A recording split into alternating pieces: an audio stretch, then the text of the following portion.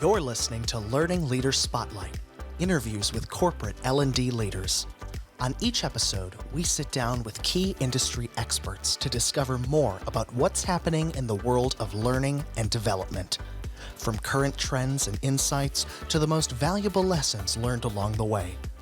Join us for a fresh perspective on all things training and the best direction forward. Welcome to Learning Leader Spotlight, where we interview the learning leaders of today to help the learning leaders of tomorrow. I'm Shania Roshan, your guest host, and I'm a relationship manager with Training Pros, the sponsor of this podcast. Training Pros is a learning and development contract staffing company where we like to say, when you have more projects than people, let us help find the best consultant to start your project with confidence. I have a very special guest joining me today. He's an exceptional leader in the talent development space, a friend of mine, and just a pure joy to know. I'd like to introduce you to Lawrence Price, Vice President of People and Culture at Brink. Welcome, Lawrence. We're so glad that you're here today. Thank you. I'm glad to be here as well. Awesome. Well, Lawrence, why don't you share a little bit about yourself with our audience, a little bit about who you are, what you do? That'd be great. Yeah. So as you mentioned, my job title right now at Brink is Vice President of People and Culture. And some of the focus areas that I have are employee experience, mostly just culture and our purpose and values there, change management, organizational design. My background, I have a bachelor's in sociology from West Point. As you imagine, I have a military experience. I was in the Army for 7 years. I also have a master's in organizational behavior and a PhD in industrial organizational psychology. And so I've held a variety of roles. I've been over organizational effectiveness, I've been over talent management, learning and development, organizational development. So just a variety of spaces, kind of in all the ways that us learning and development professionals kind of operate within organizations. Awesome. Well, first, let me say thank you for your service. I truly appreciate all you do. Yeah. And then, of course, so, it's always an interesting story, I find, to learn what attracted people to this space. So if you would kind of share with us, how did you end up in the talent development area? Yeah. So as I was mentioning, my first career was in the Army, and then after the Army, kind of like my first civilian roles were all in operations. So I was an operations leader within manufacturing companies, and as you can imagine, I have a big background in Lean Six Sigma. That was the way that I looked at how you improve an organization's performance by looking at processes and things of that nature. Well, I started encountering, challenges around things that I'm seeing within our workforce, things that I wanted to improve, things I wanted to change. And the Lean Six Sigma toolbox just didn't address those things. And I started realizing that there was a gap in my knowledge as far as how do I improve an organization.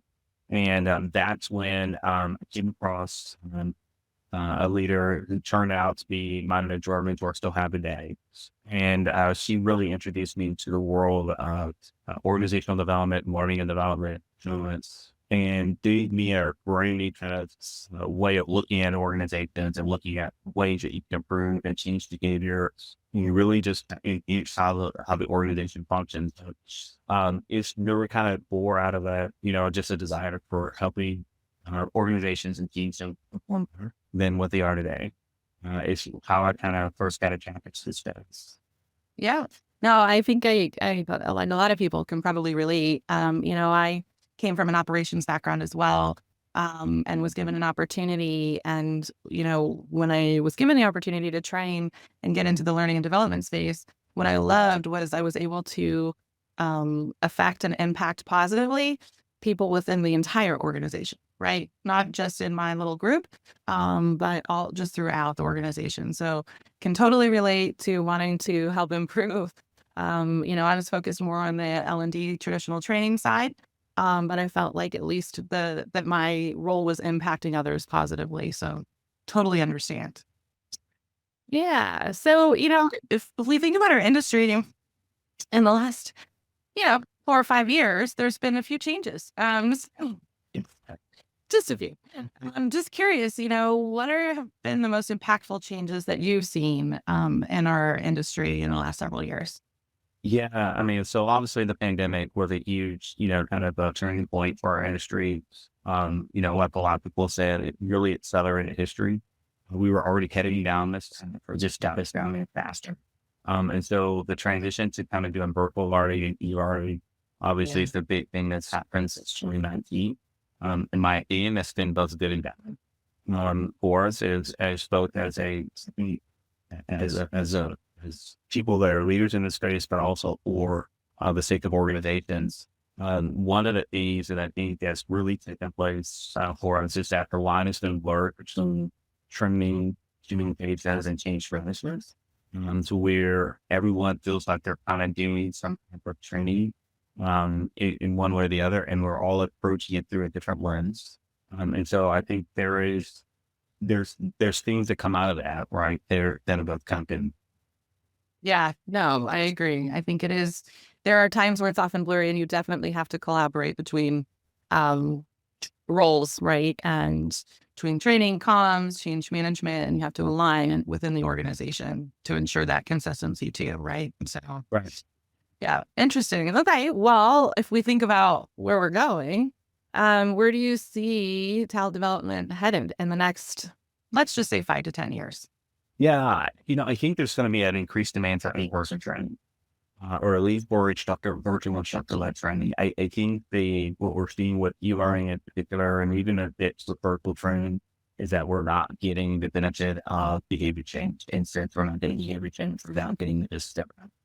So, I think we've all done the virtual training class where like half the participants have got their cameras off and everyone's kind of multitasking and things like that. Or we've all been subjected to the e-learning video where you're just trying to figure out the quickest way to get done within five, getting the next button, things like that.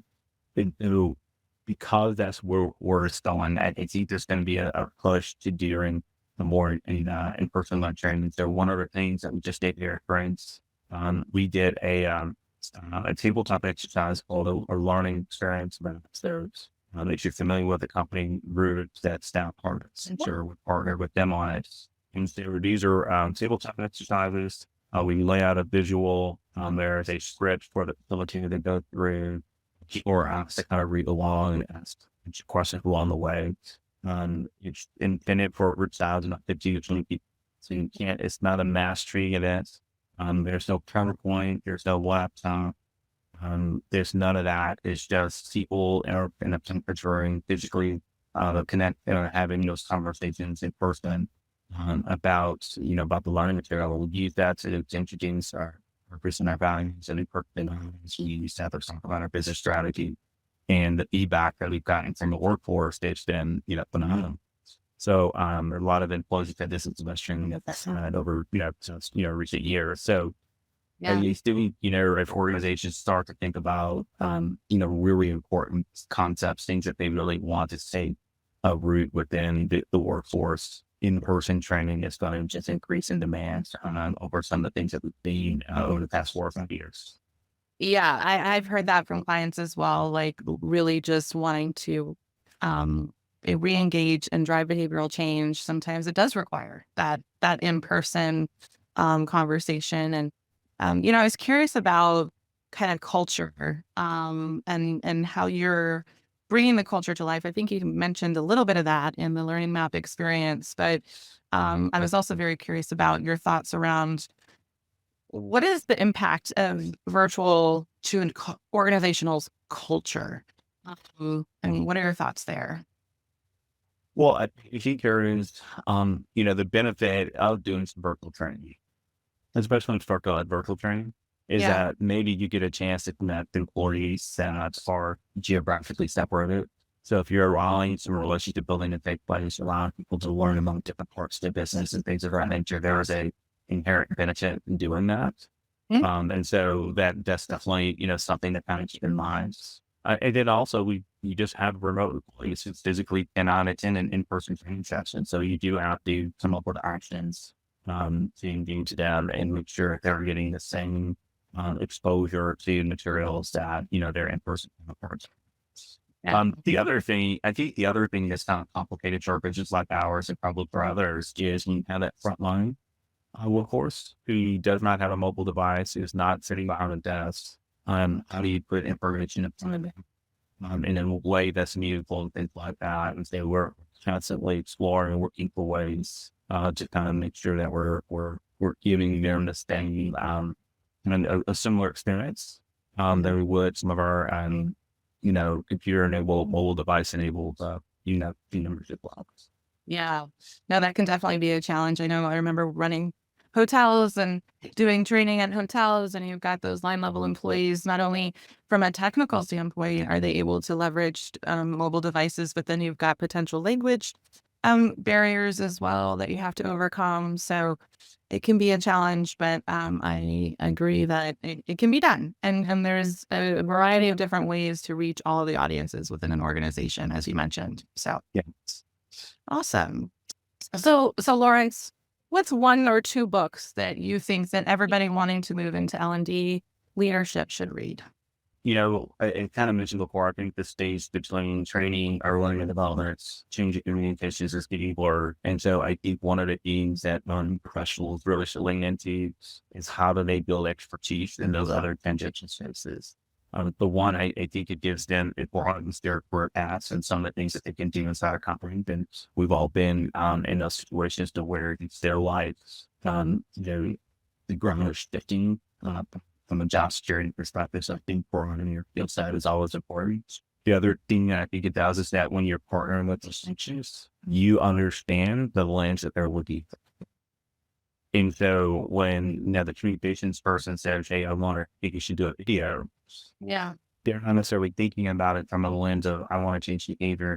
They're probably thinking about how do I engage, build awareness? How do I engage the desire, people to want to do something? They found that they've got to work to kind of build the heart and the buying for whatever changes is taking place. Whereas you're thinking about what are the behaviors that I'll need this person to do. And so when you're approaching, when you're both talking about the video, you're coming at it from different lenses, and you need to be able to kind of understand with one another, with each other, is kind of thinking what their goals are. So I think, one thing for L&D professionals is to really kind of lean into understanding what those other, functions kind of bring to the table.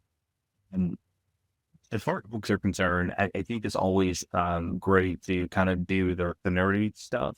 So I like reading, a lot of white papers or books that are collections of white papers and things like that, things that are kind of built in. And so from a scientific point of view and a lot of research. So there's the performance-focused learner surveys. That both is out there, which sort of kind of gives a rethink or really measure the effectiveness of training. How do we collect that information? And how do we kind of translate that into have a business impact? So if you like white papers, if you like the nerdy stuff, this is a great book to kind of go and think through and kind of challenge maybe some of the things that you're kind of doing. I'll give the spoiler up front. They don't like the Smiley sheet. That we already utilize. And so you can use that as a starting point and they kind of rethink the thing that you're doing. The other types of books I like to read are the business books and things like that. So I'm a big fan of James Clear. So if you haven't read a ton of habits already, you should definitely read it. Okay. I think it gives you, as an L&D professional, some ideas on how you can be more productive, both in work and life, by setting up some habits and some of the things that you do. So I know I'm a pretty structured and routine-oriented person when I come to work. So I hit the parking lot about the same time each day, and the way that I start my day is very, it's just very, very methodical and things like that. But it sets me up to be productive. And so I'm sure other people have similar routines, but if you're a person that really needs to be sold on the idea of building some routine and building some habits, I think there's a great book for you to look at and not just loose watch. I follow James Clear on social media. So it's enough to plug it up Sam and some of his stuff. No, I appreciate it. And, it's interesting. I've been thinking a lot about habits lately and routines, right? And they're just patterns. And so it's interesting you say that because it's been very top of mind to me about the type of person that I want to be. I need to add a little bit more routine, a little bit more pattern and habit to my life to just feel better and be more successful. And so I will definitely take a look at him and his book and I'm sure others can find value in that as well. So we appreciate you sharing that. Thank you. Yeah, absolutely. Absolutely. Yeah. Well, Lawrence, it's been a true pleasure having you on our show today. We so appreciate your time. Thank you. Thank you for having me. It's been great to be able to connect and kind of just talk a little bit about the industry and some of the things that we're doing. Yeah, it's an exciting and energizing time, I find. So, well, I just want to express my sincere thanks. And as a gift to you for being on our show, Training Pros is going to plant 5 trees in your name. Yeah, as a company, our charity is World Reforestation. And so we've planted over 3,500 trees to date around the world. And those are thank you again. Like I said, we'll plant 5 trees in your name. Just our little way of saying thank you. And we appreciate your time. Make sure they're really tall and robust, something that, that resembles me. Perfect. We will make sure. Well, thank you for joining us for this episode of Learning Leader Spotlight. Thank you so much. Thanks for joining us for the latest episode of Learning Leader Spotlight, interviews with corporate L&D leaders. You'll find links in the show notes to any resources mentioned on today's show.